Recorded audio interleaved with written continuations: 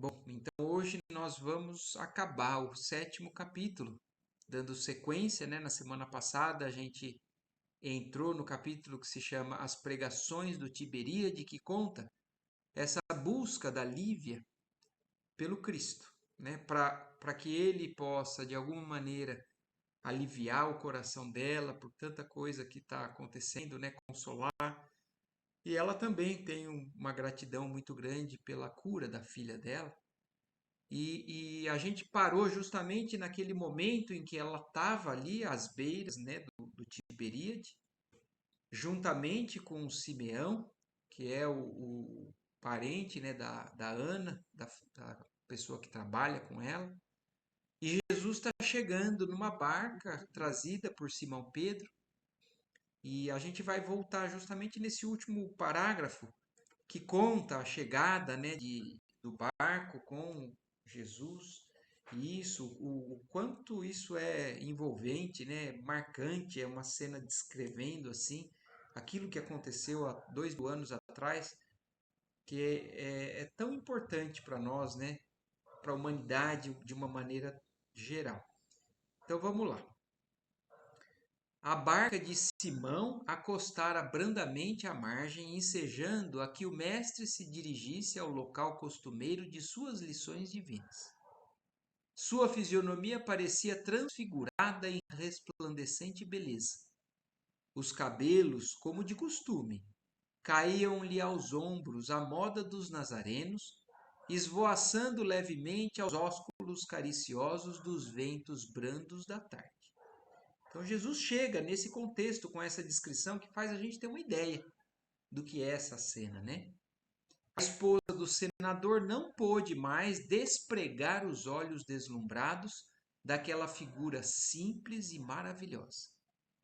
Começara o mestre um sermão de beleza inconfundível, e suas palavras pareciam tocar os espíritos mais empedernidos, figurando-se que os ensinamentos ressoavam nas devesas de toda a Galiléia, ecoando pelo mundo inteiro, previamente modelados para caminhar no mundo com a própria eternidade.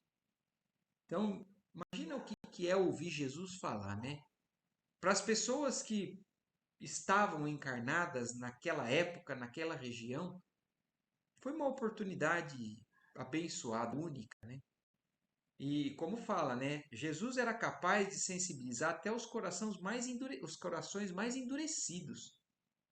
Mas ainda assim a gente sabe que mesmo alguns desses, que é o exemplo do próprio Públio Lentulus, né? Teve a oportunidade, teve o contato, mas ainda tinha muita coisa, né? Enraizada dentro daquele espírito na questão do orgulho, de uma série de coisas, que o contato com Jesus foi um passo que ia ser começado. Ele poderia ter modificado, mas ainda assim ele não aproveitou como poderia. E aí Jesus então fala, né? Nesse local era onde Jesus fazia a maior parte das pregações, né? Os ensinamentos dele. E eles vão descrever aqui no livro, inclusive, o que Jesus tem, o que ensinou e tem transcrito, né, no Evangelho, né, o Sermão do Monte. E aqui é um trecho, né, daquilo que ele falou naquele momento e que Emmanuel aqui está reafirmando. Bem-aventurados os humildes de espírito, porque a eles pertencerá o reino de meu Pai que está nos céus. Bem-aventurados os pacíficos, porque possuirão a terra. Bem-aventurados os sedentos de justiça, porque serão saciados. Bem-aventurados os que sofrem e choram, porque serão consolados nas alegrias eternas do reino de Deus. Então, isso está transcrito no Evangelho de Mateus. E aqui ele cita, para que quem tiver interesse de clicar aqui, vai direto para o Evangelho. E a sua palavra enérgica e branda disse da misericórdia do Pai Celestial, dos bens terrestres e celestes, do valor das inquietações e angústias humanas, acrescentando que viera ao mundo não para os mais ricos e mais felizes, mas para consolar os mais pobres e deserdados da sorte. Então, tudo o que a gente sabe, né, que são os trechos conhecidos do Evangelho, está aqui falando que a Lívia, né, a esposa do senador Publio Lentulus, estava nesse momento, nessa pregação, ouvindo tudo isso, o que ecoa através dos séculos, porque a gente hoje lê, sabe, quem é que nunca ouviu tudo isso que a gente está dizendo aqui, né? E só que infelizmente a gente já ouviu inúmeras vezes, né? E ainda tem dificuldade muitas vezes de seguir, de agir dessa maneira, de compreender adequadamente. Mas é o esforço que nós estamos fazendo aqui, né? A assembleia heterogênea escutava-o embevecida nos seus transportes de esperança e gozo espiritual. Uma luz serena e cariciosa parecia vir do Hébron, clarificando a paisagem em tonalidade de opalas e safiras eterizadas. Então, o Hébron, para quem tiver interesse, né, entrando aqui, fala de uma montanha ali da Judéia, o que é, na verdade, né, como a gente fala o Sermão do Monte, né, então ali por perto pode ser que seja esse o monte, as colinas, né, ali próximo da onde Jesus estava falando naquele momento, para aquela população ali, né? A hora ia adiantada e alguns apóstolos do Senhor resolveram trazer alguns pães aos mais necessitados de alimento. 2 grandes cestos de merenda frugal foram trazidos, mas os ouvintes eram em demasia numerosos. Mais uma vez, também outro trecho que a gente conhece. Uma multidão para ouvir por muito tempo e alguns com necessidade, a tentativa de saciar a fome deles e muitas vezes a falta de recursos. E o que a gente vai ver aqui também, mais uma vez, é uma passagem conhecida do Evangelho. Jesus multiplicando esses recursos que eram insuficientes para que pudesse atender a multidão. Ó, mas os ouvintes eram em demasia numerosos. 2 grandes cestos foram levados. Jesus, porém, abençoou-lhes o conteúdo. E como num suave milagre, a escassa provisão foi partida em pequenos pedaços, que foram religiosamente distribuídos por centenas de pessoas. Lívia recebeu igualmente a sua parte, e ao ingeri-la, sentiu um sabor diferente, como se houvera absorvido um remédio apto a lhe curar todos os males da alma e do corpo, porque uma tranquilidade lhe anestesiou o coração flagelado e desiludido. Então, isso a gente conhece. O anterior a gente conhece das descrições do Evangelho. Mas o que agora está falando aqui, né, a sensação de quem comeu esse alimento, né, abençoado por Jesus, pelo menos no caso da Lívia, fala, né, que o sabor era diferente. E que ao ingerir, ela falou como se tivesse tomado um remédio que aliviasse tanto os problemas do corpo quanto os problemas da alma, do espírito. E ela sentiu que aquele coração dela, oprimido, com necessidade de consolo, sentiu uma anestesia. Comovida até as lágrimas, viu que o mestre atendia caridosamente a numerosas mulheres, entre as quais muitas, segundo o conhecimento do povo de Cafarnaum, eram de vida dissoluta e criminosa. Então Jesus, conversando com as mulheres que à época eram condenadas pelo que faziam, né? E antes também falando, né? Jesus avisou: eu não vim para os ricos e pelos sãos, né? Eu vim pelos pobres e pelos doentes, porque são os que estão receptivos. Os ricos muitas vezes estão iludidos pelo que está sobrando, né? Com relação à materialidade, e esquecidos de abrir essas portas, né, às questões espirituais. Mas mais cedo ou mais tarde a gente sabe que isso é para todo mundo. Mas reafirmando aqui a questão de que Jesus conversava ali com todos, levava a sua atenção e o auxílio a todos, e muitas das que ele estava conversando ali eram mulheres de atitudes condenáveis, né, à época ou das que hoje também a gente pode considerar. O velho Simeão quis também aproximar-se do Senhor naquela hora memorável da sua passagem pelo planeta. Ó, como eu falei, é uma passagem, é uma oportunidade única. E quem soubesse aproveitar, iria de alguma maneira tentar chegar perto, conversar, trocar uma palavra, né? E o velho Simeão foi diferente. E Lívia, que estava ali junto dele, né? Lívia acompanhou automaticamente. E em poucos minutos achavam-se ambos diante do Mestre, que os acolheu com o seu generoso e profundo sorriso. Então chegou a vez deles. A Lívia estava acompanhando, mas o Simeão queria conversar. E aí, passando e chegando e tentando se aproximar, chegaram ali e aí Jesus dá atenção a eles. E Simeão fala: Senhor, exclamou respeitosamente o ancião de Samaria, que deverei fazer para entrar um dia no vosso reino? Em verdade te digo, replicou-lhe Jesus carinhosamente, que muitos virão do Ocidente e do Oriente procurando as portas do céu, mas somente encontrarão o reino de Deus e de sua justiça aqueles que amarem profundamente, acima de todas as coisas da terra, o nosso Pai que está nos céus. Então, olha Jesus reafirmando aquilo que é o mandamento, né? Então ele falou assim: muitos vão querer saber como que entra no reino, vão procurar a chave desse paraíso.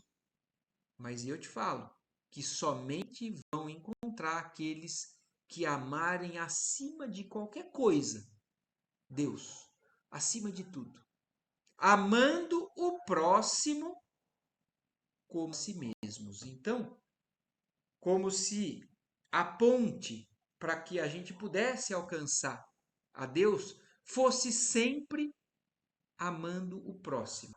Porque às vezes a gente pode confundir essa orientação, né? Falando assim: ah, não, então eu vou amar a Deus, eu vou orar, eu vou glorificar, eu vou louvar o tempo todo. A Deus, a Deus, a Deus, e esquecer de quem está ali, do meu lado, de quem está convivendo comigo, de quem está, de alguma maneira, passando por alguma necessidade e podendo ser a ponte que eu preciso. Deus está acima de tudo. Então, amar a Deus, amar também alguém a mais do que a Deus, está errado. E amar somente a Deus, esquecendo do próximo, como a gente quer o bem para nós mesmos, também é o erro. Então, por isso que esse é o mandamento que resume tudo. Então, Jesus fala para Simeão o que, na verdade, é a chave para que a gente realmente esteja no caminho adequado, certo, de bater e conseguir adentrar nesse reino, né, que todo mundo espera de um dia estar num ambiente de plenitude, de felicidade, de paz. E isso é o que Jesus fala para o próprio Simeão. E espraiando o olhar compassivo e misericordioso por sobre a assembleia vasta, continuou com doçura. Muitos também, dos que foram aqui chamados, serão escolhidos para o grande sacrifício que se aproxima. Então, olha isso, Jesus fala para Simeão, fala o que ele fala e olha para a multidão e fala assim: muitos dos que estão aqui vão ser os escolhidos, os chamados, porque estão prontos para testemunhar para um dia de grande sacrifício que se aproxima. esses me encontrarão no reino celestial. Porque a gente sabe que logo depois Jesus está passando pela terra, mas Jesus já sabia o que estava para acontecer, e ele sabia que depois que ele partisse, quais ele iria conseguir se encontrar do lado de lá? Quais iriam conseguir se aproximar de Jesus depois da existência encarnada? São esses que seriam os escolhidos e que não fugiriam ao sacrifício e ao testemunho, porque suas renúncias, porque as suas renúncias hão de ser o sal da terra e o sol de um novo dia. Jesus sabia o que estaria para acontecer com os devotos verdadeiros dele, né, do cristianismo. Então, os apóstolos que seguiriam lutando, e que a gente sabe que todos, com exceção de João Evangelista, todos os outros foram mortos, perseguidos e mortos pela multidão que ainda não conseguia entender o que era o Messias, o que era. E outros, não só os apóstolos, quantos foram os mártires cristãos daquela época que também foram perseguidos e mortos? Por exemplo, Joana de Cusa, né, que morre ao lado do filho, os dois queimados, e eles pedindo para que ela simplesmente abjurasse o Cristo, negasse que era uma cristã. E ela não consegue. Fala, não, eu não tenho como negar. E morre. E aí é o que Jesus está falando, olhando e sabendo o que iria acontecer depois. Muitos aqui serão os escolhidos para um grande dia de sacrifício que se aproxima individualmente. E aí, Jesus falando isso, Simeão continua: Senhor, aventurou o ancião com os olhos rasos de lágrimas. Tudo faria eu por ser um dos vossos escolhidos. Então, Simeão falando: eu estou pronto. E se eu puder, né, ser um desses escolhidos, eu vou ser muito grato. Mas Jesus, fitando fixamente o patriarca de Samaria, murmurou com infinita ternura: Simeão, vai em paz e não tenhas pressa.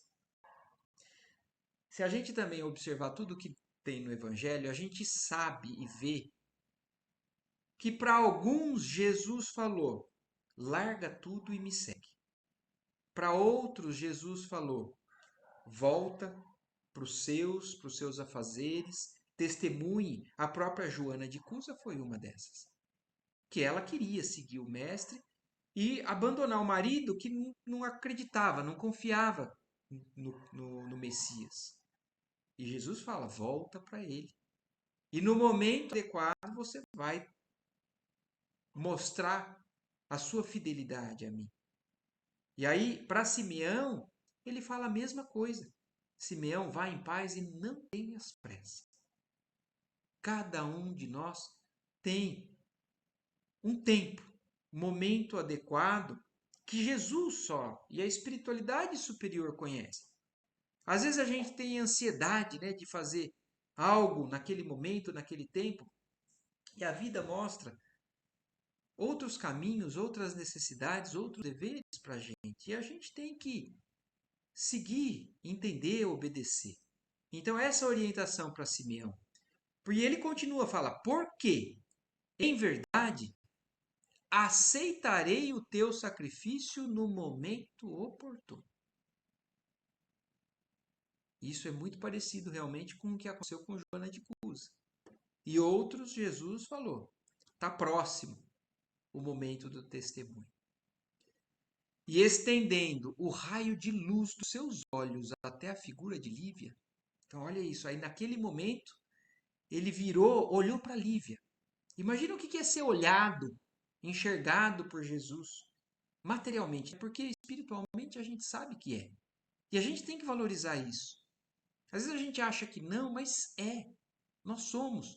Mas nesse momento a Lívia viu o Jesus encarnado olhando, né, direcionando um raio de luz dos seus olhos para ela, que se devorava que lhe devorava as palavras com a sede ardente da sua atenção, exclamou com as claridades proféticas de suas exortações. Então ele olhou para Lívia e falou para ela: quanto a ti, regozija-te em nosso Pai, porque as minhas palavras e ensinamentos te tocaram para sempre o coração. Olha como Jesus conhece intimamente cada um. Ele demonstrou isso nesse livro exatamente no encontro com Públio Lentulus, sabendo tudo, mostrando a Públio que conhecia ele. E agora a Lívia, a mesma coisa, Jesus olhava para um por um, cada um daqueles que estavam ali, e conhecia passado, presente, futuro. E fala para Lívia isso: regozija-te em nosso Pai, porque as minhas palavras e ensinamentos te tocaram para sempre no coração. Vai e não descreias, porque tempo virá em que saberei aceitar as tuas abnegações santificantes. A mesma coisa, vai, confia, não fraqueje, porque vai chegar o momento em que eu vou aceitar as suas abnegações santificantes, que vão te elevar em espírito. Essas palavras foram ditas numa tal atitude que a esposa do senador não teve dificuldade em lhe apreender o sentido profundo para um futuro distante. Então ela sabia que aquilo era algo que estava sendo dito para ela de coisas mais distantes. Então, se ela tinha talvez alguma esperança de naquele encontro com o Cristo falar mais uma vez como teve o encontro de Públio, né, com ele, resolveu o problema da filha, né, da Flávia. Agora ela estava vendo que muita coisa talvez ainda teria pela frente. Em paz, mas ela obediente, tranquila. Aos poucos dispersou-se a grande assembleia dos pobres, dos enfermos e dos aflitos. Era noite quando Lívia e Ana regressaram à casa solarenga, confortadas pelas graças recebidas das mãos caridosas do Messias. Profunda sensação de alívio e conforto inundavam-lhes a alma. Então, olha isso, a ação benéfica, né, daquele remédio, tanto por parte do pão que ela comeu, do alimento, né, não sei se é pão exatamente, não falou, falou uma alimentação frugal, ou por parte da energia que Jesus passou para ela no contato, né, naquelas palavras, no olhar. E aí ela chega, né, nesse clima, penetrando, porém, nos seus aposentos, Lívia encontrou de frente a figura enérgica do marido, que deixava transparecer na fisionomia carregada os mais intensos sinais de irritação, como acontecia nos momentos de seu mais ríspido mau humor. Então aí talvez a gente possa pensar assim, puxa vida, né? A Lívia esteve num momento sublime no fim da tarde. E agora entra e volta à realidade, a todo aquele desespero, aquela.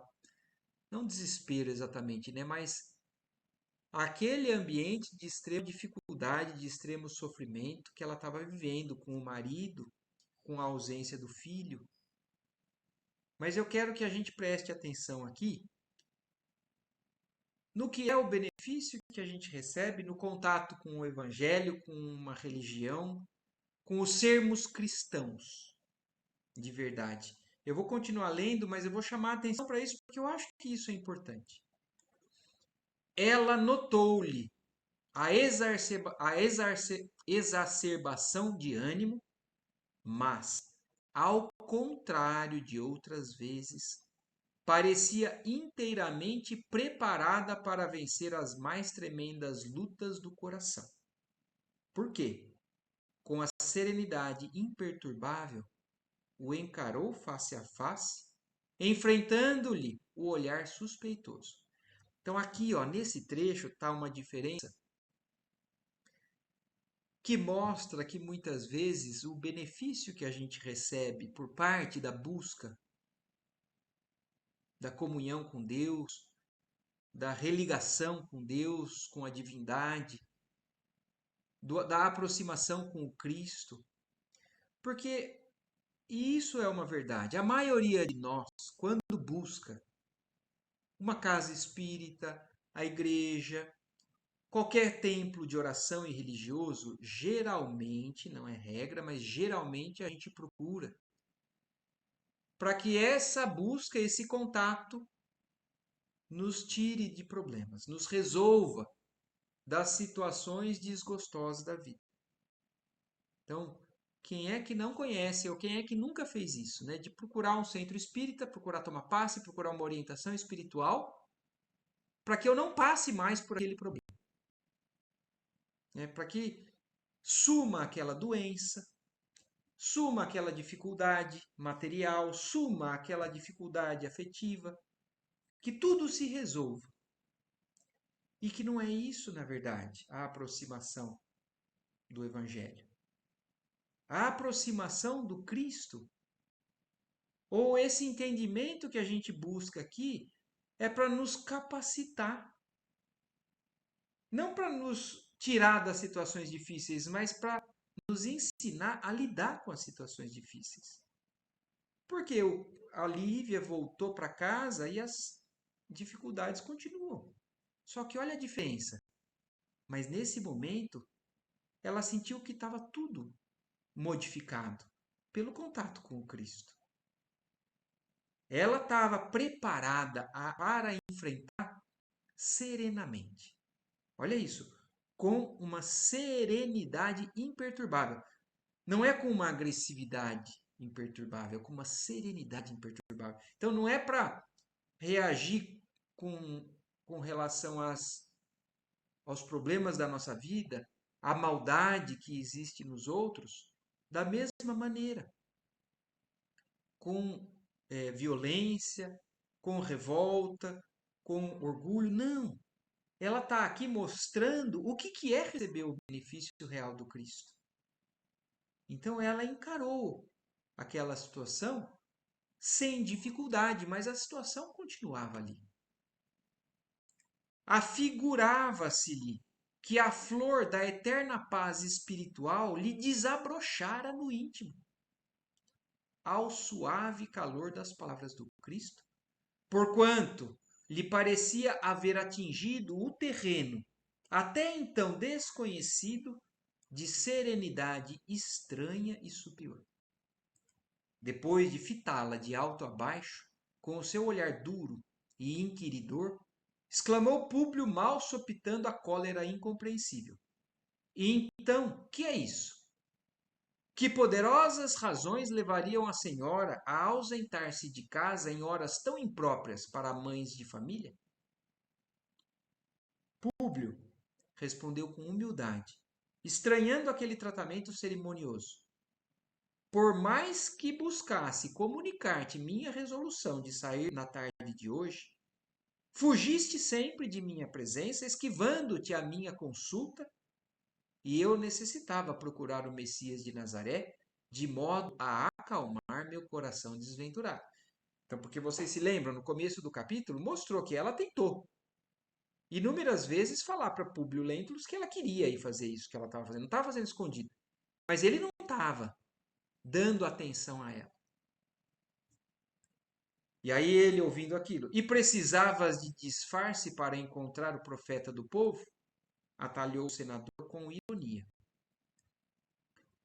É a primeira vez que noto uma patrícia usando tais artifícios para consolar o coração.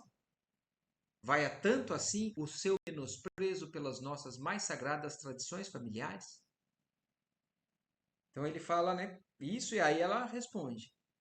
Supus não me ficasse bem fazer-me notada na multidão das pessoas pobres e infelizes que procuram a Jesus nas margens do lago, e identificando-me com os sofredores, não presumi desacatar nossos costumes familiares, mas sim acreditei agir em favor de do nosso nome.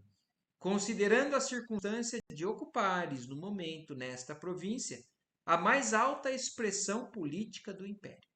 Então ela explica, ela falou, não é por menosprezo a nossa posição, é justamente para querer não ferir a nossa posição, a ocupação. Você, como ela fala, né? Públio Lentulus, o senador, era a figura que tinha a mais alta expressão política representando o império naquele local. E aí ele, ouvindo, continua, né?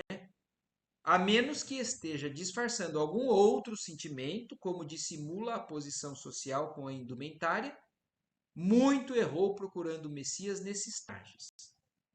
Porque, ó, a gente, vamos nos lembrar, né? Públio Lentulus intimamente está nutrindo uma desconfiança muito grande pela conduta, pela verdadeira realidade moral da Lívia, da esposa. Apesar dele não reconhecer isso perante quem acusou ela e tudo mais, intimamente ele não está conseguindo aceitar que está tudo bem. E agora ele está justamente com esse fantasma, fazendo crescer a situação. Então, por mais que ele explique, ele fala assim, a não ser que você esteja disfarçando outra coisa, mas com relação ao que você está justificando, eu acho que você errou. E aí ele ainda fala por quê? Porque, afinal, estou investido de poderes para requisitar a presença de qualquer pessoa da região em minha casa. Quer dizer, olha a noção de poder que ele tem, o sentimento de poder que ele tem com a sua figura. Né? Fala assim, se você quisesse falar com ele, eu posso chamar ele para vir aqui, porque eu sou o poderoso. Mas Lívia responde, mas Jesus, revidou Lívia corajosamente, deve estar para nós muito acima dos poderes humanos, que sabemos tão precários por vezes. Acho que a cura da nossa filhinha, diante da qual todos os nossos recursos foram impotentes, é o bastante para fazê-lo credor da nossa gratidão imperecível. Então, agora ela chama a atenção dele com relação a essa grandiosidade de Jesus acima das coisas que a matéria, que o poder consegue. Nós tentamos de tudo com o poder que a gente tem, mas foi ele quem conseguiu curar nossa filha. E aí Públio ouve aquilo ainda, olha como nada sensibiliza, né? Ignorava que a sua organização mental fosse tão frágil em face dos sucessos do mestre de Nazaré aqui em Cafarnaum. Continuou o senador asperamente. A cura de nossa filha? Como assegurar uma coisa que a sua argumentação pessoal não pode provar com dados positivos? Quer dizer, você não pode provar que foi ele.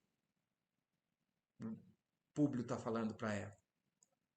E ainda que esse homem, revestido de forças divinas para o espírito simples e ignorante dos pescadores galileus, tivesse operado essa cura com a sua intervenção sobrenatural, vindo a este mundo da parte dos deuses, poderíamos chamar-lhe impiedoso e cruel. Quer dizer, agora olha o que o Públio está falando.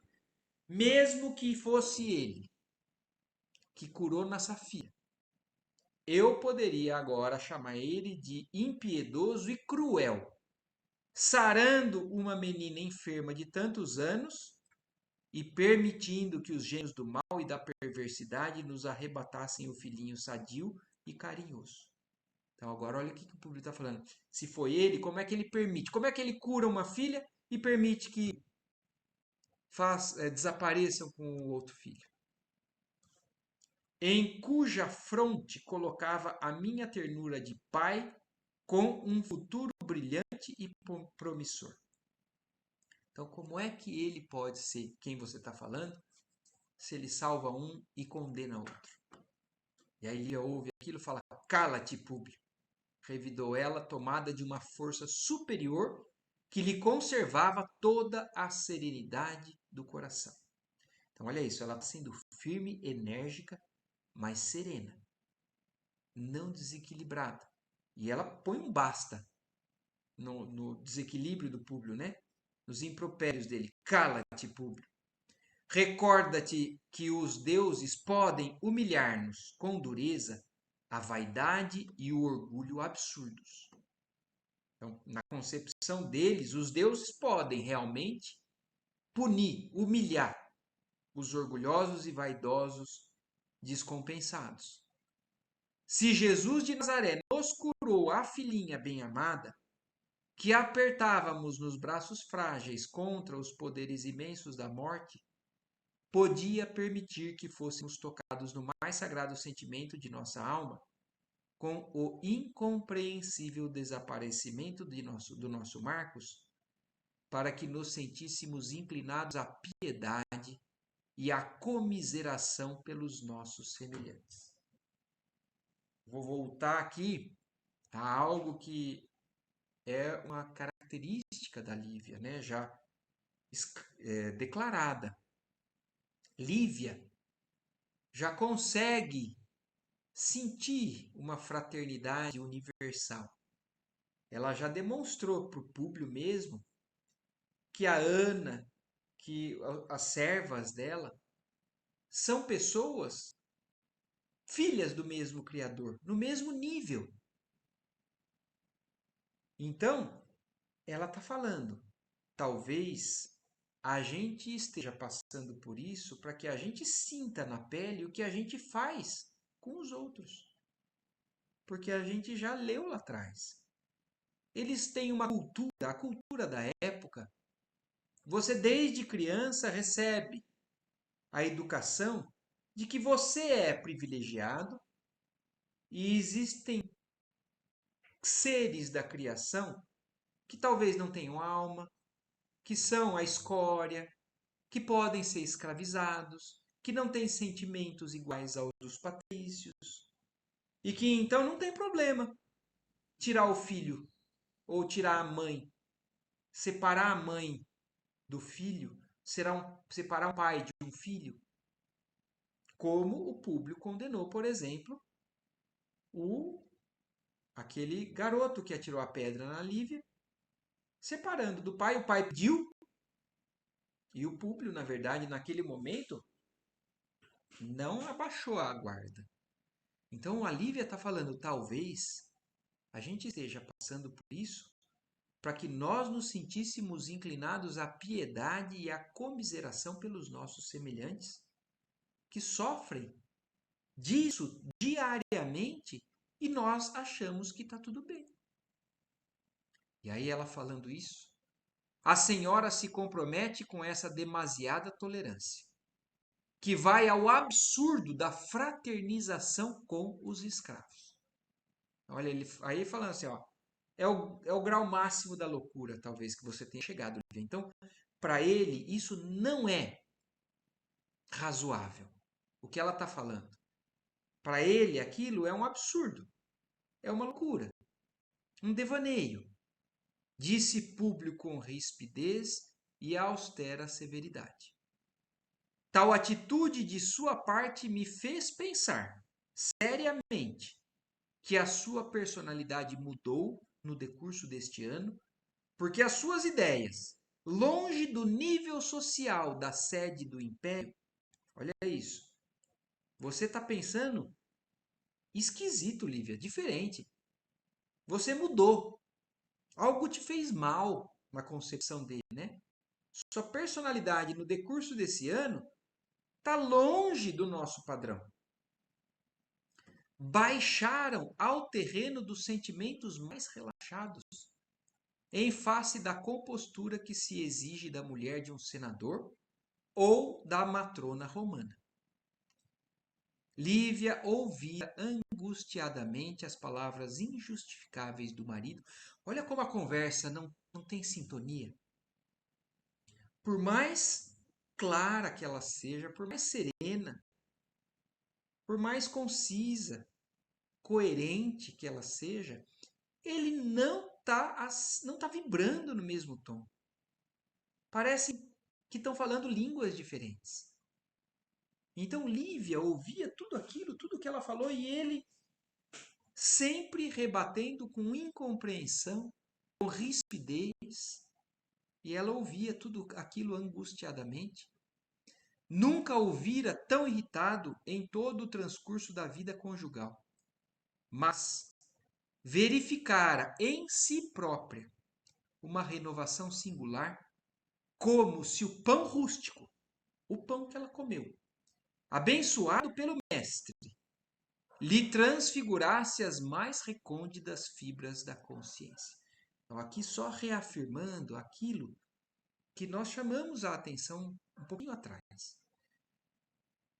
Ela agora está, de certa forma, transformada. Então, aquilo já não atinge mais tanto ela. Aquilo entristece ela por conta de alguém que ela ama não está compreendendo, não está querendo seguir o mesmo caminho. Mas ela percebe. Apesar de ela perceber que ele estava numa irritação que ela nunca tinha visto, mas ela verificou que nela mesma algo tinha modificado. Parecia que aquele pão que ela tinha comido tinha mexido profundamente nas fibras da sua própria consciência. Seus olhos se enchiam de lágrimas, não por um orgulho ferido, ou pela ingratidão que aquelas admoestações injustas revelavam. Então, olha isso, ela estava chorando com lágrima nos olhos, mas não por orgulho ferido, ou pela ingratidão dele, mas com profunda compaixão do esposo, que não a compreendia. E adivinhando a dolorosa tempestade que lhe fustigava o coração generoso, porém arbitrário, no plano de suas resoluções. Serena e silenciosa, não se justificou perante as severas reprimendas. Quer dizer, quando ela viu que não tinha mais jeito, ela não falou mais nada. Não tinha mais o que falar. Não precisava se justificar. Foi quando então, compreendendo que aquele atrito não deveria prosseguir, dirigiu-se o senador para a porta de saída do apartamento, abrindo-a com estrépito, a exclamar: jamais fiz uma viagem tão penosa e tão infeliz. Gênios malditos parecem presidir as minhas atividades na Palestina, porque se curei uma filha, perdi um filhinho no desconhecido e começo a perder a mulher no abismo das irreflexões e da incoerência. Para ele, ela é incoerente, ela é irrefletida, apesar de ser a razão, a coerência. E acabarei também perdendo-me para sempre. Então, para ele, tudo aquilo é uma desgraça. Curou uma filha, mas perdeu um filho, está perdendo a esposa e acha que vai se perder também. Dizendo, bateu a porta com toda a força dos seus movimentos instintivos, encaminhando-se ao gabinete, enquanto a esposa, de coração genuflexo, dirigia o pensamento para aquele Jesus carinhoso e terno que viera ao mundo para salvar todos os pecadores. Lágrimas dolorosas fluíam-lhe dos olhos, fixos ainda na paisagem do lago de Genezaré, aonde parecia haver regressado em espírito novamente. Então, a hora que ele saiu, ela volta em oração, a lembrança, tentando se comunicar com o Cristo. Olha para o lago, que ali provavelmente era próximo, né, era visível, e parece que espiritualmente ela se transporta a esse local. Lá estava o Mestre, em atitudes doces e prece, cravando nas estrelas do céu os olhos fulgurantes. Figurou-se-lhe que Jesus também lhe notara a presença naquela hora sombria da noite, porque desviara o olhar fúlgido do firmamento constelado e estendia-lhe os braços compassivos e misericordiosos, exclamando com infinita doçura. Então, olha isso. Então, ela em espírito se transporta mesmo. Se encontra com Jesus. E Jesus estava orando. E Jesus percebe a presença dela. E olha para ela. E fala para ela: filha, deixa que chorem os teus olhos as imperfeições da alma que o nosso Pai destinou para a gêmea de tua. Então, olha isso. Pode chorar. Pelas imperfeições daquele que é a tua alma gêmea. Não esperes deste mundo mais que as lágrimas e padecimentos, porque é na dor que os corações se lucificam para o céu. Um momento chegará em que te sentirás no acume das aflições, mas não duvides da minha misericórdia, porque no momento oportuno, quando todos te desprezarem, eu te chamarei ao meu reino de divinas esperanças, onde poderás aguardar teu esposo no concurso incessante dos séculos. A gente já começa a fazer uma ideia que a vida da Lívia ainda tem muita coisa triste, sofrida, difícil pela frente, né? Só por essas palavras que Jesus fala para ela aqui. Então a gente já imagina que a sequência do nosso livro ainda é de muita dificuldade para ela, mas Jesus deixa claro: não duvide da minha misericórdia, e eu vou te chamar no momento oportuno, e você vai alcançar esse reino que eu vim aqui prometer. Pareceu-lhe que o mestre continuaria a embalar-lhe o coração com suaves e carinhosas promessas de bem-aventurança. Mas um ruído qualquer a separara daquela visão de luz e de felicidade indefiníveis. Então ela estava ali naquele êxtase, né, naquele momento, mas algum barulho tirou ela daquele momento. Quebrara-se o quadro da sua preocupação espiritual, como se feito de tenuíssimas filigranas.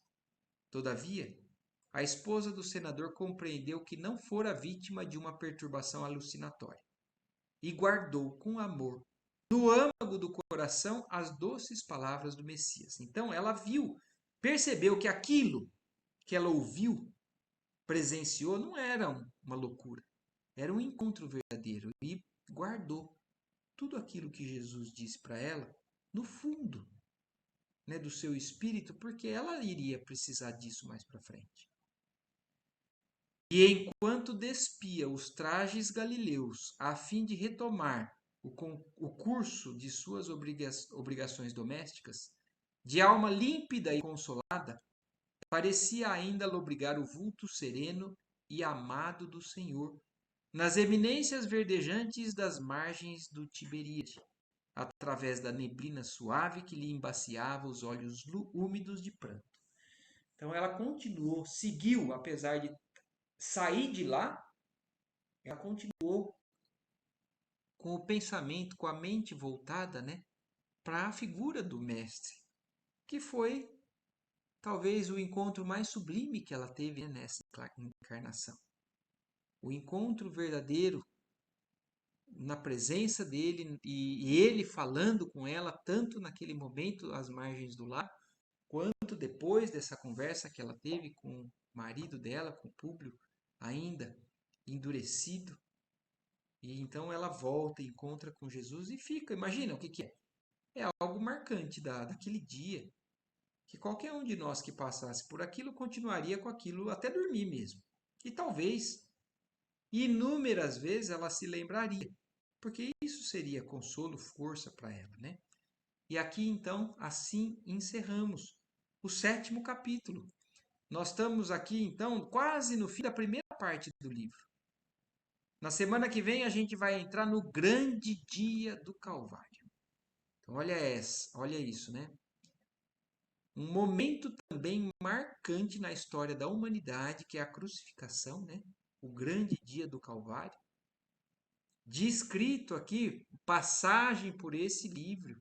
Esse livro é a história de Públio e de Lívia se cruzam, né, com esse momento do Evangelho, né? E aí a gente vai ver o que acontece na semana que vem.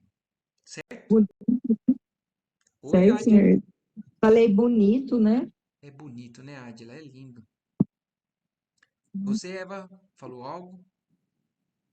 Não, falei certo. Certinho, né? Hum, Maravilhoso. Bom, Gostoso lembrar, relembrar.